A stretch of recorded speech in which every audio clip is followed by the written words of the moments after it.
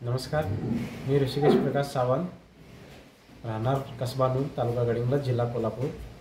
माझे वडील श्री प्रकाश बाबूराव सावंत व काका बाळासाहेब बाबूराव सावंत यांनी 2004 पासून दुग्ध व्यवसाय करण्यास सुरुवात केली। दुग्ध व्यवसाय सुरू करण्यापूर्वी वडिलोपार्जित असलेल्या 3 एकर जमिनीमध्ये भाजीपाल्याचा व्यवसाय असायचा। या भाजीपाल्याच्या व्यवसायामध्ये कधी फायदा व्हायचा तर कधी खूप नुकसान सोसावं लागायचं। यामुळे आर्थिक परिस्थितीही सुधारत नव्हती व कर्जाचाही डोंगर वाढत होता। त्यानंतर 2004 साली वडिलांनी हात उसने पैसे घेऊन 1-2 जनावरांच्यापासून दुग्ध व्यवसाय करण्यास सुरुवात केली। सोबतच आम्ही चौघे भाऊ देखील या व्यवसायाची आवड असल्यामुळे आम्ही हातभार लावत गेलो। नंतर 2010 साली बँकेच्या अर्थसहाय्यातून 40 ते 50 गायींचा गोठा उभारण्यात आला। 2016 पर्यंत अगदी सुरळीतपणे चालू। नंतर लंपी, लाळफळे यांसारख्या व्हायरल आजारांनी जनावरांना विळख्यात घेतले। या आजारांवर देखील मात करून आम्ही पुढे गेलो। नंतर आमचे चौघा भावांचे शिक्षण पूर्ण झाले। शिक्षण पूर्ण झाल्यानंतरही नोकरीसाठी बाहेर न धडपडता या व्यवसायाची आवड असल्यामुळे आम्ही या व्यवसायाकडे वळलो।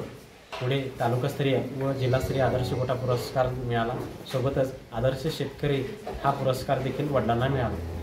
आता आपल्या गोठ्यामध्ये 108 जनावरांची संख्या आहे। यामध्ये 80 एचएफ गायी आहे, 20 वासरे आहे व 8 म्हशी आहे आणि दिवसाकाठी 700 ते 800 लिटर दूध आपल्याच श्री गजानन सहकारी दूध संस्था या संस्थेमार्फत गोकुळ दूध संघास आम्ही दूध पुरवठा करतो। उत्पादनातील 60 ते 70% खर्च हा जनावरांच्यावर केला जातो व 30 ते 40% हा निव्वळ नफा राहतो। सध्या आपल्या गोठ्यामध्ये ब्रीडिंगवर काम सुरू आहे। जास्तीत जास्त दूध उत्पादन देणाऱ्या गायींच्या वासरांची पैदाशी आपल्या गोठ्यामध्ये होत आहे। दिवसाकाठी 30 ते 40 लिटर दूध देण्याची क्षमता ह्या वासरांची आहे। त्यासोबतच याचा फायदा असा होतो की भविष्यामध्ये कमी संख्येमध्ये जास्तीत जास्त उत्पन्न मिळते व खर्चही कमी होतो। गोठ्यामध्ये काम करण्यासाठी बाहेरील एकही कामगार नाही, पूर्ण फॅमिली आम्ही काम करतो। घरातील लोकांची एकूण संख्या 18 आहे। यामध्ये आई वडील, काका काकी व आम्ही चौघे भाऊ, सोबतच आमच्या चौघांच्याही पत्नी अगदी आनंदाने आमच्यासोबत काम करतात। आज या दुग्ध व्यवसायाच्या जोरावर 1.25 कोटी रुपयांचा बंगला देखील बांधलेला आहे। सोबतच 3 एकर शेतीसुद्धा खरेदी केली व 2 ट्रॅक्टर आहेत। या सर्व प्रगतीचे श्रेय म्हणून बंगल्यावर गोमातेची मूर्ती उभा केलेली आहे।